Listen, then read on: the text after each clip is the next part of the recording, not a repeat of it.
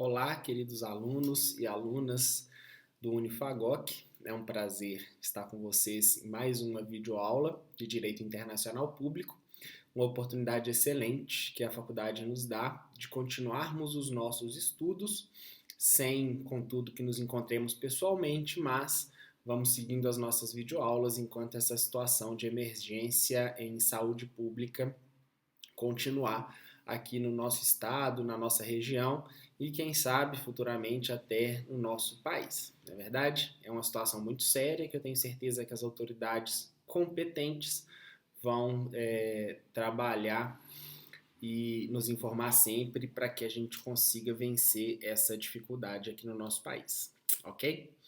Nós estamos no direito internacional público, estamos falando sobre o direito dos tratados. Nas últimas aulas nós já classificamos os tratados internacionais e começamos a falar sobre a capacidade das partes para celebrar tratados. Nós falamos sobre a capacidade dos estados, lembramos que quem detém a personalidade jurídica de direito internacional público no Brasil é a República Federativa do Brasil, que é representada pela União Federal. Então, quem detém a personalidade jurídica é a República Federativa do Brasil, que é representada pela União Federal no âmbito das discussões e da capacidade de celebrar tratados. Nós vamos prosseguir essa aula falando sobre a habilitação dos agentes. E o artigo 7º da Convenção de Viena sobre o Direito dos Tratados, de 1969, estabelece o rol de pessoas que podem representar aquele Estado no momento das fases de negociação, assinatura e demais fases de celebração dos tratados internacionais. Então, esse rol que nós vamos falar e que vocês vão consultar aí no material de vocês, ele se encontra no artigo 7º da Convenção de Viena sobre o Direito dos Tratados.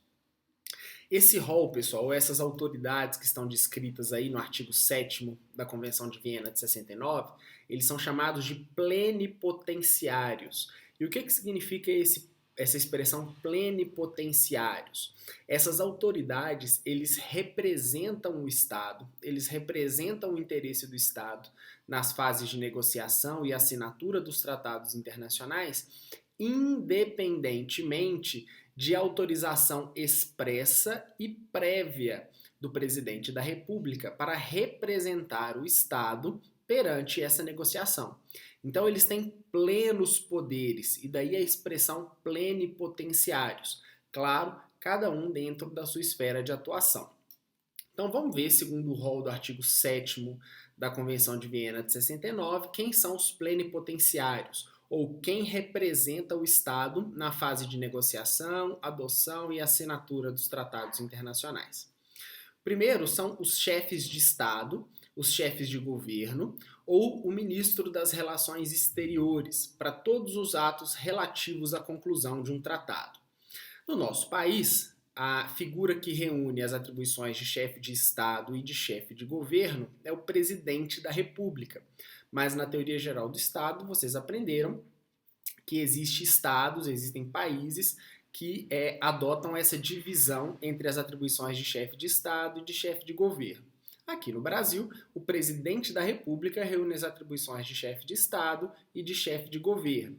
Então ele, pessoalmente, pode representar os interesses da República Federativa no Brasil, República Federativa do Brasil, nas discussões, na fase de negociação e assinatura de um tratado internacional, independentemente de qualquer autorização de qualquer outra pessoa para que seja representante do Estado brasileiro nessas fases de elaboração de um tratado internacional. Além do presidente da República, aqui no caso do Brasil, também o ministro das Relações Exteriores representa os interesses do Estado brasileiro perante a elaboração de um tratado internacional, na fase de negociação, de adoção e de assinatura dos tratados.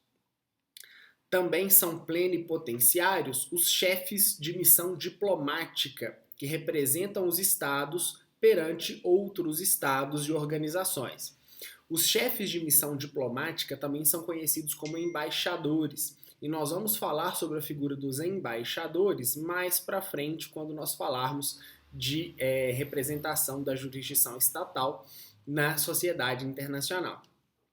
Mas para que os embaixadores sejam plenipotenciários, eles só têm capacidade de representar o Estado perante a organização de um tratado internacional ou de elaboração de um tratado internacional naqueles estados em que eles representam o seu estado acreditante. Como que isso funciona? Suponhamos que o Brasil envia um embaixador, é o exemplo que está aí no material de vocês, envia um embaixador para a Argentina e ele é o embaixador do Brasil lá na Argentina. Lá na Argentina, ele vai ser convidado, como representante do Estado brasileiro, a discutir um tratado internacional com a Argentina em assuntos que envolvam a Argentina e o Brasil e vão discutir, negociar e assinar um tratado internacional entre aqueles dois estados. Então ele representa os interesses do Brasil na elaboração de um tratado somente em face da Argentina. Ele não vai representar o interesse do Brasil em face do Chile, por exemplo, se ele não é embaixador do Brasil no Chile. Deu para entender? Então os embaixadores só são plenipotenciários naqueles estados em que eles foram acreditados como embaixadores. Essa expressão acreditados significa que eles são autorizados pelo Estado que os está recebendo, que por sua vez é o Estado acreditante, a trabalharem como embaixadores naquele local, naquele Estado. Ok? Então o Estado acreditante é aquele Estado que envia e o Estado acreditado é aquele Estado que está recebendo. Continuando. Além dos chefes de Estado, chefe de governo, ministro das Relações Exteriores e dos embaixadores, também são plenipotenciários os chefes de missões permanentes junto a organismos internacionais para a adoção do texto de um tratado entre o Estado que representa e essa organização. O raciocínio é mais ou menos como o raciocínio dos embaixadores. Os chefes das missões diplomáticas dos Estados perante as organizações, como o chefe da missão diplomática brasileira perante a ONU, também são plenipotenciários, desde que adstritos àquela organização em que representam o Estado acreditante. Ok? E por último, são plenipotenciários os representantes acreditados pelo Estado perante uma conferência ou organização internacional ou um dos seus órgãos. O que isso significa, pessoal? Existem alguns eventos internacionais, como a ECO 92, como os eventos do Protocolo de Kyoto, enfim, alguns eventos internacionais que vão reunir diversos estados que vão discutir acerca de um determinado assunto. Esse estado envia representantes para essa reunião internacional e normalmente após essa reunião são editados alguns acordos internacionais, alguns tratados internacionais a respeito daquilo que foi discutido nessa reunião. Esses representantes do Estado nessas reuniões também são plenipotenciários. Eles podem representar os interesses do Estado nas fases de negociação, adoção e assinatura de um tratado internacional. Ok? Então esses são os plenipotenciários, aqueles que representam o interesse do Estado perante uma determinada reunião ou na elaboração de um tratado internacional, independentemente de qualquer autorização prévia do Estado para que assim representem os interesses do Estado brasileiro. Mas não são só essas pessoas que podem celebrar tratados internacionais em nome do Estado que os envia. Existe um instrumento chamado de Carta de Plenos Poderes. A Carta de Plenos Poderes é um instrumento jurídico conferido pelo presidente da República ou pelo chefe de Estado ou de governo, dependendo da organização constitucional de cada Estado, para que aquela pessoa que detém a Carta de Plenos Poderes exerça as mesmas funções que os plenipotenciários poderiam exercer caso eles representassem o interesse do Estado perante essa negociação desse tratado internacional. Então, além do rol dessas pessoas do artigo 7º da Convenção de Viena de 69, também qualquer outra autoridade que é investido pelo presidente da República, aqui no caso do Brasil, através dessa Carta de Plenos Poderes, pode representar os interesses do Estado brasileiro na elaboração de um tratado internacional. Então, quem detém essa Carta de Plenos Poderes ou quem recebeu essa carta de plenos poderes do presidente da República, no caso do nosso país, no caso do Estado brasileiro, vai representar os interesses do Estado nas fases de negociação, de adoção e de assinatura do tratado internacional, de algum tratado internacional que tem sido discutido. Ok? Então nós já falamos da capacidade dos estados, falamos da habilitação dos agentes e agora quanto ao objeto dos tratados internacionais. Os tratados internacionais vão discutir acerca do quê? Nós já estudamos no começo da nossa disciplina que o Estado ele abre mão de parte da sua soberania, de uma pequena parte acerca de um determinado assunto, ou seja, da possibilidade de disciplinar um determinado assunto pelas normas de direito interno, ele abre mão desse poder, dessa soberania, em favor da organização ou da sociedade internacional, melhor dizendo, da sociedade internacional, para que a sociedade internacional discipline esse assunto através de tratados internacionais. Então, o Brasil, por exemplo, ao se reunir com outros estados para discutirem acerca de questões climáticas, ele abre mão da sua soberania para discutir esse determinado assunto em âmbito nacional, para que esse assunto possa ser discutido perante a sociedade internacional. Então, o objeto de um tratado internacional é qualquer assunto atinente à sociedade internacional, ou seja, que seja relevante para a sociedade internacional, e que vai fazer parte dessas discussões, vão ser assuntos que vão ser negociados, que vão ser objeto de várias discussões entre os estados, num período curto ou num período longo de tempo, isso acontece bastante, negociações que se perpetuam no tempo, e que vão chegar em conclusões acerca de um determinado assunto que no final vão constituir os tratados internacionais. Esse objeto, contudo, ele tem que ser um objeto lícito e objeto possível. Então, o objeto dos tratados internacionais deve ser lícito e possível. Significa que o objeto de um tratado internacional não pode contrariar outras normas de direito internacional, a não ser que o objetivo explícito seja substituir o conteúdo da norma anterior. Afinal de contas, nós já estudamos que não existe hierarquia entre as fontes do direito internacional. Então, um tratado pode revogar um costume sem problema nenhum. Entenderam? Ele pode substituir um costume. Então, esse objeto lícito e possível significa que não pode contrariar outra norma superior, como as normas do ius cogens, por exemplo, ou do ius cogens. Essas normas de ius cogens, naquela analogia que nós fizemos com as cláusulas pétreas da Constituição, elas não podem ser objeto de derrogação senão por outra norma de ius cogens. Ok? Então o objeto tem que ser lícito e possível.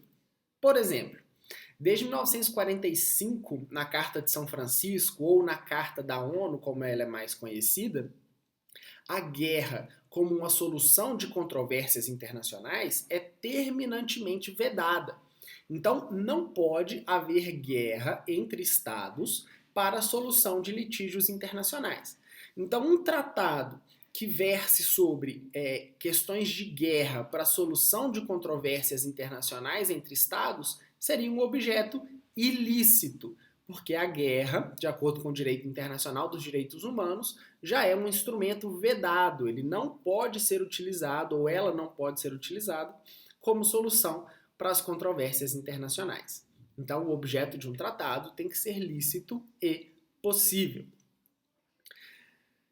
Quarto requisito dos tratados internacionais: o consentimento, seja dos plenipotenciários, que nós estudamos no rol do artigo 7º da Convenção de Viena de 69, ou aqueles que detêm a Carta de Plenos Poderes, ele tem que ser um consentimento regular, tanto dos agentes quanto dos estados. Significa que não se admite no direito dos tratados qualquer vício ao consentimento dos estados que possam acabar com a validade de um determinado tratado internacional.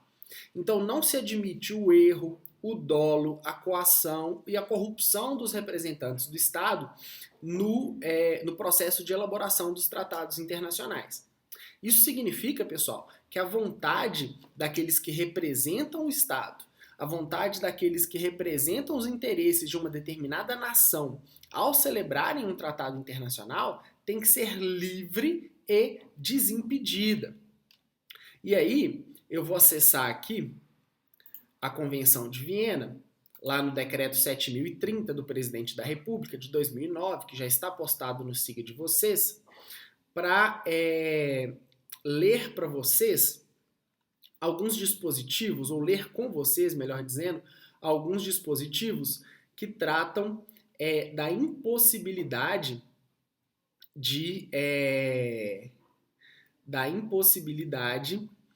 que tratados internacionais sejam afetados por erro, por dolo, por coação no seu processo de elaboração.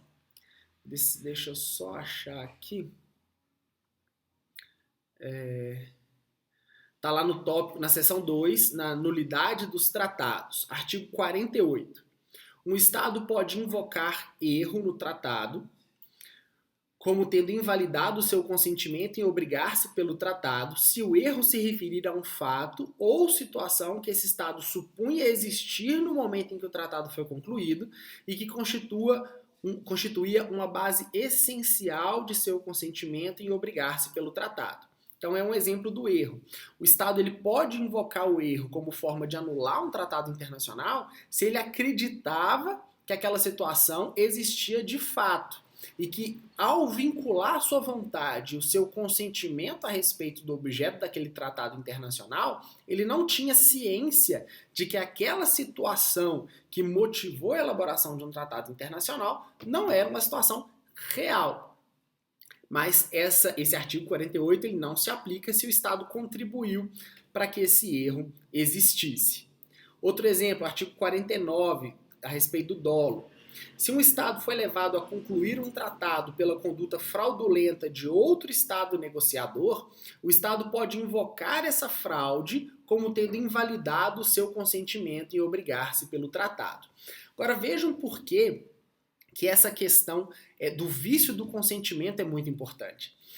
Lá no começo da matéria, vocês já notaram no material de vocês que a vontade é um elemento essencial do direito dos tratados, do direito internacional como um todo. Então, quando a vontade do Estado é maculada, ou quando a vontade do Estado ela é ludibriada através do erro ou através do dolo, é uma razão tão importante para a constituição do tratado que ela vai constituir uma das formas possíveis de nulidade daquele tratado internacional.